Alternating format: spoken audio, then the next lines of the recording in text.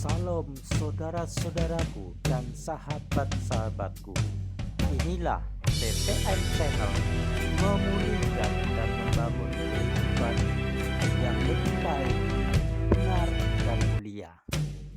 Video pada saat ini menyajikan tentang pembantaian anak-anak secara berencana yang sangat keji, dan bagaimana Tuhan Sang Pencipta menyikapi tindakan pembantaian berencana ini.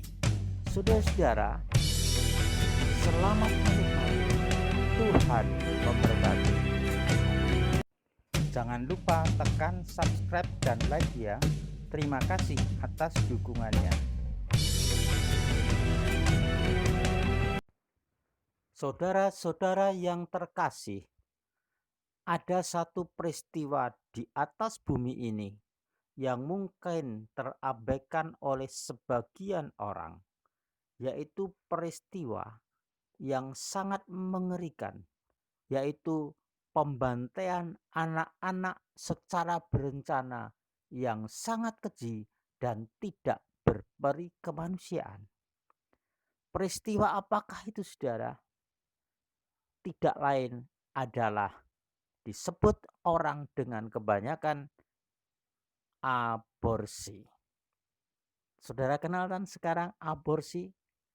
Saya pada kesempatan ini akan membongkar praktek ini dan bagaimana Tuhan Elohim Sang Pencipta langit dan bumi ini bersikap terhadap pelaku-pelaku aborsi ini. Mari saudara-saudara, kita lihat berikutnya bagaimana peristiwa pembantaian itu. Siapakah sebenarnya sebagai dalang dari pembunuhan berencana yang sangat keji ini? Saya memperoleh sumber hakiki yang dapat dipercaya adalah kitab suci. Di situ dikatakan bahwa si pembunuh sejak awal dunia ini adalah Satan atau setan. Dan Satan ini disebut juga sebagai bapa segala dusta. Dia menciptakan sesuatu, berita-berita hoax, kebohongan kepada wanita-wanita yang sedang hamil, menteror dengan kata-kata, menteror dengan satu inspirasi, menteror dengan satu hal-hal yang membuat wanita-wanita ini menjadi stres ketika hamil, dan terjadilah pembantaian atau aborsi. Jadi ada dua langkah yang dilakukan setan yang paling utama. Pertama, mendustai atau membohongi wanita-wanita yang sedang hamil.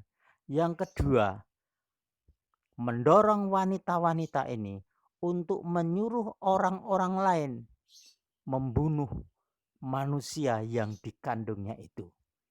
Selanjutnya para pembantai ini akan melakukan apa yang menjadi keahlian mereka, yaitu membantai anak-anak dalam kandungan secara berencana yang sangat keji. Saudara-saudara, mari kita lihat berikutnya. Apakah yang dimaksud dengan aborsi itu? Aborsi merupakan berakhirnya kehamilan dengan dikeluarkannya janin atau fetus atau embrio sebelum memiliki kemampuan untuk bertahan hidup di luar janin sehingga mengakibatkan kematian. Aborsi dalam bahasa Latin sebenarnya berasal dari kata abortus yang artinya pengguguran kandungan. Saudara-saudara, praktek pengguguran kandungan atau abortus ini sudah berlangsung sejak zaman dulu, sebelum ada obat-obatan dan alat-alat modern yang disebut dengan aborsi tradisional. Ini dapat ditemukan, saudara-saudara, di relief Candi Borobudur. Kalau saudara amati di situ, pada salah satu reliefnya itu di situ ada yang menunjukkan proses pengguguran kandungan. Borobudur dibangun sekitar tahun abad ke-9 saudara, jadi cukup lama. Nah, sebelum itu sudah terjadi tentunya, karena ketika dibangun candi itu dibuat relief, berarti jauh sebelumnya sudah terjadi yang namanya pengguguran kandungan atau pembunuhan anak-anak secara berencana. Pada saat masa lalu tradisional, aborsi dilakukan dengan obat-obatan herbal atau jamu-jamu ya. Kemudian ada juga yang dilakukan melalui pijat oleh dukun, dukun bayi, atau juga melalui benda-benda tajam dengan paksaan. Itu yang terjadi saudara. Jadi juga sangat keji untuk zaman dulu. Misalkan jamu tradisional, obat-obat herbal itu diramu khusus yang mengandung apa saudara? Racun pembunuh. Ketika masuk ke dalam perut, cairan itu akan diserap oleh bayi yang di dalam kandungan. Seperti manusia umumnya, ketika meminum racun akan mati, mengering, dan itulah yang terjadi saudara. Pijat dukun berarti gerakan tangan itu akan menekan bayi itu, menekan saluran-saluran yang berkaitan dengan bayi, sehingga bayi itu mati. Saudara-saudara, bagaimana dengan cara modern? Cara modern dilakukan dengan obat-obatan, cairan-cairan racun tertentu, dan juga dengan alat-alat tertentu yang dimasukkan ke dalam rahim untuk membunuh dan mengambil bayi dalam kandungan itu. Saudara-saudara, abortus spontan itu disebut dengan keguguran. Nah, ini dikatakan spontan karena mungkin jatuh ya, kemudian terjadi keguguran. Kemudian ada abortus disengaja atau aborsi induksi atau abortus provokatus. Abortus provokatus atau aborsi induksi ini yang digunakan untuk istilah umum, yaitu aborsi atau pengguguran kandungan secara modern. Metode modern itu memanfaatkan obat-obatan dan bedah, yang berarti dengan peralatan-peralatan bedah saudara. Sungguh orang-orang umum mungkin tiap harinya tidak memperhatikan soal pembunuhan ini.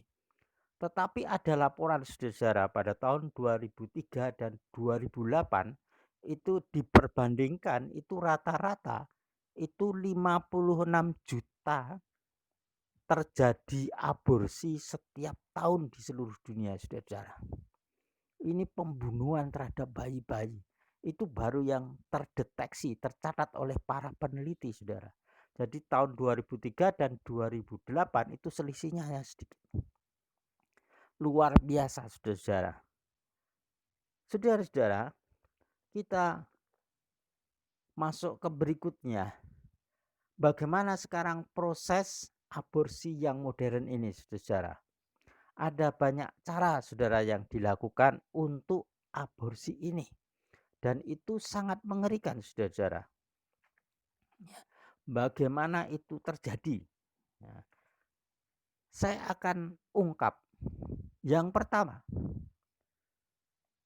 dengan metorekat dan misoprostol. Nah, ini sejenis tablet ya, pil ya. Itu akan dimasukkan di dalam perut ya, diminum tentunya ya. Sehingga apa yang terjadi saudara? Pada saat usia kehamilan itu 7 minggu, pembelahan sel-sel embrio atau calon janin itu terhenti. Sama aja saudara, apa itu? Pembunuhan. Kemudian cara yang kedua itu campuran saudara, 2 obat juga, mifepristone dan misoprostol. Nah, ini bisa menghambat kerja hormon progesteron, sehingga apa saudara, embrio tidak bisa tumbuh. Khususnya ini untuk usia kehamilan minggu ke-10, pada awal minggu ke-10. Obat ini mendorong embrio mati dan keluar, tentunya disertai pendarahan. Berikutnya,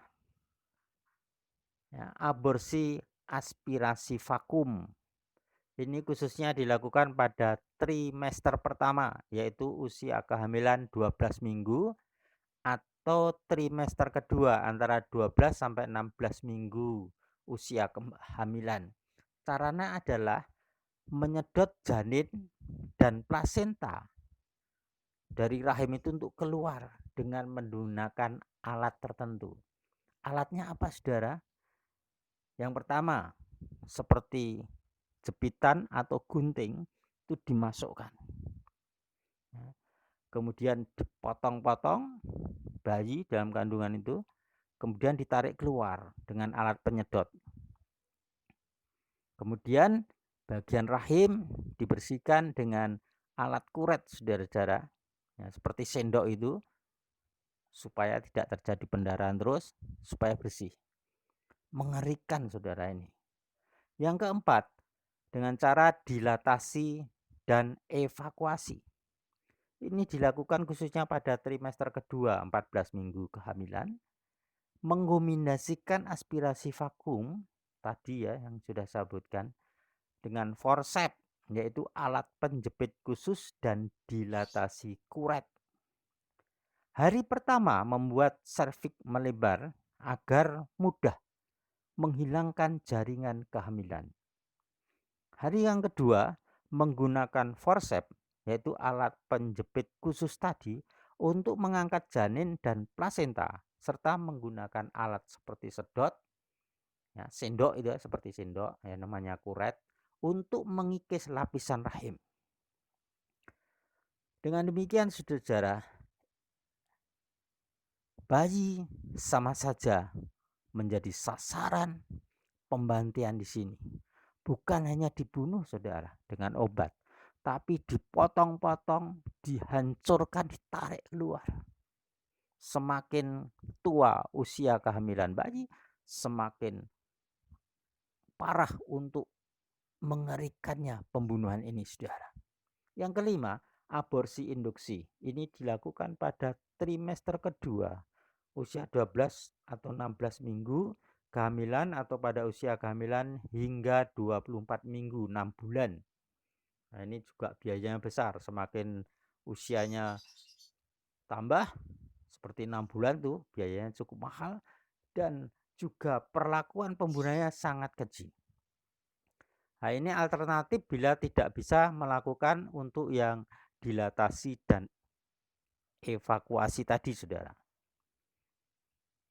Dilakukan dengan penggunaan obat dan penarikan embrio atau janin. Jadi kombinasi ini. Langkah pertama memberikan obat untuk merangsang rahim berkontraksi. Langkah kedua digunakan alat sedot atau kuret untuk membersihkan rahim.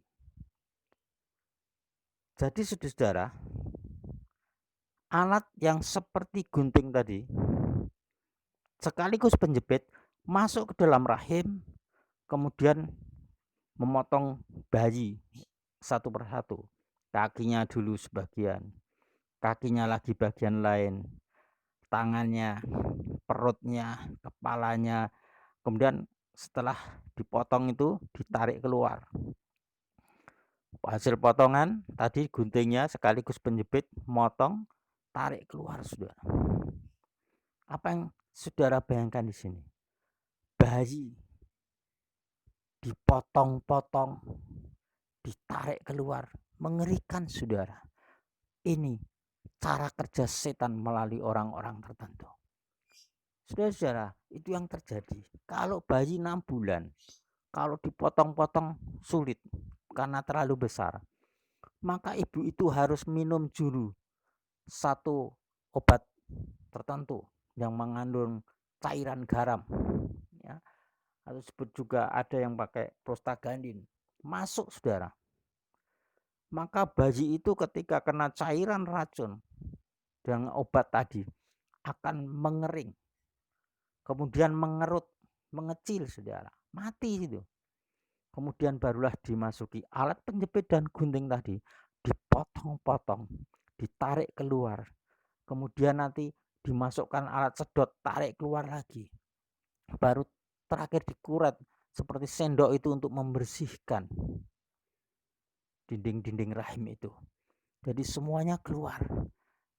Dan kalau sudah keluar saudara, potongan-potongan itu ditempatkan, ada langsung dimasukkan di ember tertentu. Ini sungguh pembantaian. Saudara-saudara, itulah proses aborsi yang terjadi. Satu pembunuhan berencana yang sangat kecil. Saudara-saudara, apakah Tuhan Elohim Sang Pencipta langit dan bumi ini diam saja dengan orang-orang yang berperilaku seperti itu? Tidak, saudara.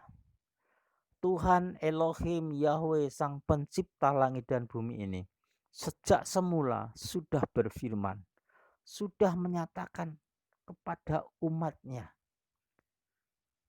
Dan kita mesti perlu mendengar apa yang dikatakan Tuhan.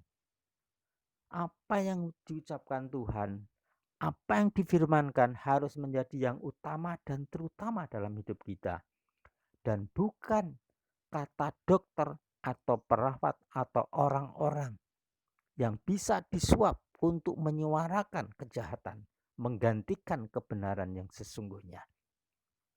Saudara-saudara, ada dikatakan di sini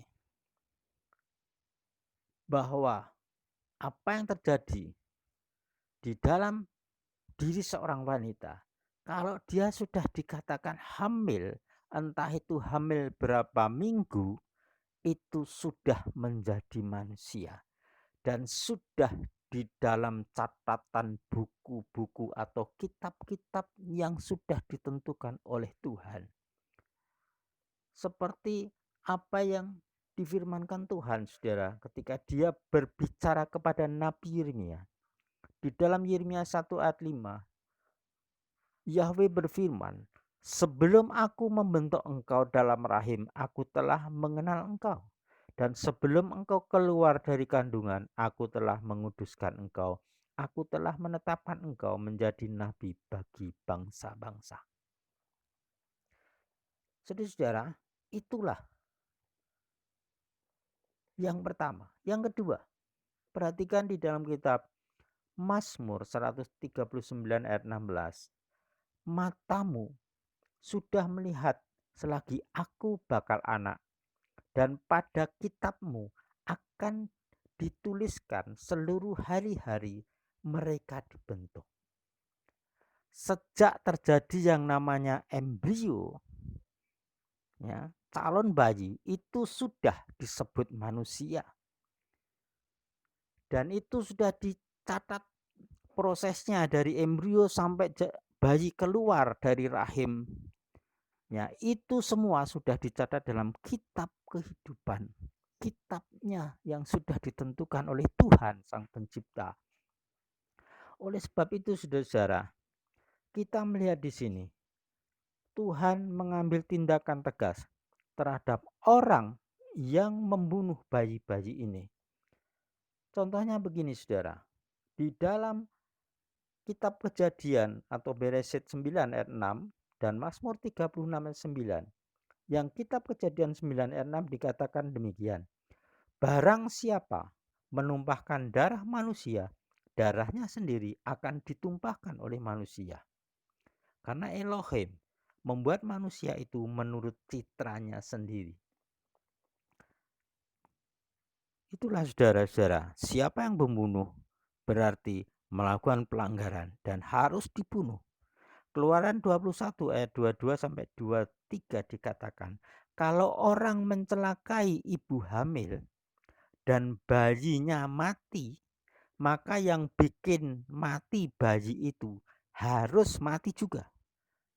Nyawa ganti nyawa, saudara.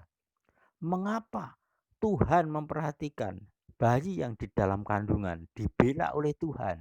Karena itulah apa yang diciptakan Tuhan melalui hubungan suami istri menjadi anak, dan itu disebut manusia, dan itu berharga di mata Tuhan. Karena itu ketika orang membunuh bayi di dalam kandungan, entah usia kehamilan berapa, itu sama saja pembunuhan. Saudara-saudara, itulah yang terjadi. Saya akan tekankan lagi saudara, bahwa bayi dalam kandungan itu bisa merasakan kehadiran di luar kandungan. Contohnya di dalam kitab Lukas 1 ayat 41. Ketika Elizabeth, nah ini sedang hamil sekitar 6 bulan, mendengar salam dari Miriam, yaitu saudaranya, janin yang ada di dalam rahimnya melonjak kegirangan. Ini bukti saudara-saudara bahwa bayi dalam kandungan itu juga punya kaitan dengan manusia di luar kandungan itu. Membuktikan itu kehidupan telah terjadi. Karena itu Tuhan sangat menghargai bayi ini, dan siapa membunuh bayi itu akan dituntut balas oleh Tuhan. Seperti dikatakan di dalam kitab Keluaran tadi, kalau ada orang mencelakai orang yang ibu hamil sedang hamil, dan janin yang dikandung ibu hamil itu mati, maka orang yang mencelakai tadi dituntut hukuman mati oleh Tuhan. Nyawa ganti nyawa. Ini menunjukkan berharganya seorang bayi, meskipun belum tampak oleh manusia. Saudara-saudara, hal inilah yang menjadikan orang harus berpikir. Lantas saudara-saudara, bagaimana bentuk bayi itu menurut para ilmuwan? Sejak seorang wanita dikatakan hamil, maka itulah sudah terjadi manusia, saudara. Contohnya ketika hamil 2 bulan, embrio telah menjadi janin dengan anggota tubuh yang mulai terlihat. Sedangkan hamil 3 bulan, janin sudah terbentuk sempurna. Itu menurut teknologi, saudara. Untuk meneguhkan bahwa kata Tuhan, firman Tuhan itu benar. Saudara-saudara, siapakah sebenarnya yang melakukan pembunuhan? Apakah ibu hamil itu? Bukan, saudara. Yang melakukan pembunuhan adalah orang-orang tertentu yang dikuasai roh-roh pembunuh, yang dalangnya adalah setan tadi, untuk melakukan praktek pembunuhan. Siapa yang dia bunuh, saudara? Seorang ibu hamil dipengaruhi oleh setan, oleh roh ketakutan tadi, dengan berita-berita dusta setan tadi. Perempuan tadi mengalami ketakutan, misalkan dia hamil sebelum nikah, dia akan terus diisi oleh setan. Gugurkan saja, gugurkan saja. Apa kamu tidak merasa malu dilihat teman-temanmu kamu hamil kok belum melalui perkawinan resmi? Dan bagaimana kalau bayi itu lahir nanti? Siapa yang akan menghidupi? Bagaimana keadaannya? Gugurkan saja, gugurkan saja. Kamu kan masih harus melanjutkan kuliah. Mari harus meniti karir. Gugurkan saja. Itu suara-suara itu adalah suara-suara setan. Sehingga perempuan ini yang tidak kuat imannya, dia akan mengikuti nalurinya. Suara-suara setan tadi akan diikuti, dan dia datang kepada para pembunuh, yaitu orang-orang yang melakukan abortus provocatus tadi. Dia menyerahkan. Jadi ibu yang mengandung tadi menyerahkan anaknya kepada para pembantai untuk dibunuh. Siapa yang menyuruh perempuan ini kepada para pembantai? Yaitu setan. Siapakah yang membunuh? Ya, setan. Jadi ini berantai, saudara. Setan menggerakkan, membohongi dengan berita hoax kepada ibu-ibu hamil ini. Dan ibu hamil ini dengan ketakutannya datang kepada para pembantai. Dan para pembantai pelaku aborsi, abortus provocatus ini melakukan tugasnya, mencapik-capik bayi itu. membunuh dengan obat racun, memotong-motongnya, menariknya keluar dari kandungan, dan membuangnya di mana saja. Ada yang dibuang di sungai, di aliran sungai, ada yang ditanam di tanah, seenaknya saja. Saudara-saudara, sungguh luar biasa, tapi sering tertutupi dengan kejadian alasan-alasan manusiawi. Kehormatan gengsi seorang manusia. Oleh sebab itu, saudara, Tuhan menegur dan mengajak para umatnya ini, saudara, bagaimana engkau melakukannya, dan apakah engkau tidak takut pada kehidupanmu? Dan saudara-saudara, sebenarnya pemerintah yang sudah ditetapkan Tuhan untuk mengatur kehidupan manusia itu sudah mengatur, seperti pemerintahan Republik Indonesia. Itu sudah menyatakan, saudara-saudara, sikap pemerintah tegas tertuang dalam kitab Undang-Undang Hukum Pidana atau KUHP, juga Undang-Undang Nomor 36 tahun 2009 dan Peraturan Pemerintah Nomor 61 tahun 2014 menyatakan bahwa abortus atau aborsi pengukuran kandungan adalah kriminal. Dan firman Tuhan sejak semula sudah tegas. Siapa membunuh bayi meskipun masih dalam kandungan, itu hukumannya hukuman mati. Tetapi juga Tuhan yang Maha Pengasih dan Penyayang masih menyediakan pada masa anugerah sebelum dunia ini ditutup, saudara. Saudara yang melakukan pembantaian, baik dokter atau perawat, ibu-ibu yang menyerahkan anaknya untuk dibantai, dibunuh. Tuhan masih menanti engkau bertobat. Ketika engkau bertobat, Tuhan menerima engkau.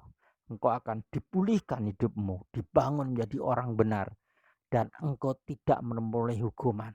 Karena Tuhan menantikan satu hal, pertobatan terjadi. Kalau orang sudah bertobat, maka hukuman ditarik dan diampuni orang itu, dipulihkan dan diberkati hidupnya untuk menjalani kebenaran bagi kemuliaan kebenarannya. Saudara-saudara, jangan putus asa.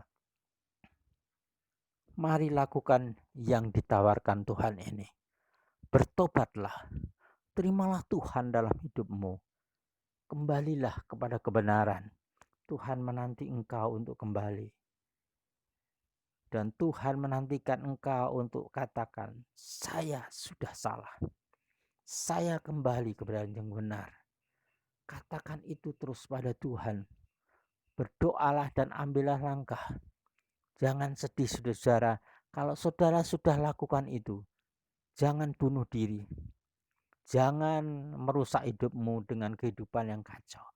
Tapi kembalilah ke jalan yang benar. Bertobatlah meskipun orang lain masih memandang engkau buruk dan engkau gelap. Tapi Tuhan memandangmu bersih, terang ketika engkau sudah mau bertobat. Tinggalkan yang lama. Raih yang baru, yaitu kebenaran di dalam Tuhan. Karena itu saudara-saudara, Elohim Yahweh penguasa langit dan bumi menantikan engkau, hai ibu-ibu yang pernah melakukan aborsi. Hai para dokter perawat yang sudah melakukan pembunuhan berencana sangat keji ini. Bertobatlah, Tuhan menantimu. Bertobatlah, Tuhan menantimu. Lakukan firman ini. Saudara diampuni, dipulihkan. Saudara diberkati dan menjadi berkat. Kasih Tuhan atas saudara, berkat atas saudara, dan saudara dipulihkan, dan kehidupan saudara menjadi indah dan semakin indah. Saudara, inilah berita baik buat saudara. Biarlah berita baik ini menghidupkan dan membukakan mata hati saudara bahwa masih ada pengampunan, masih ada jalan hidup. Sukses bagi saudara semua. Terima kasih.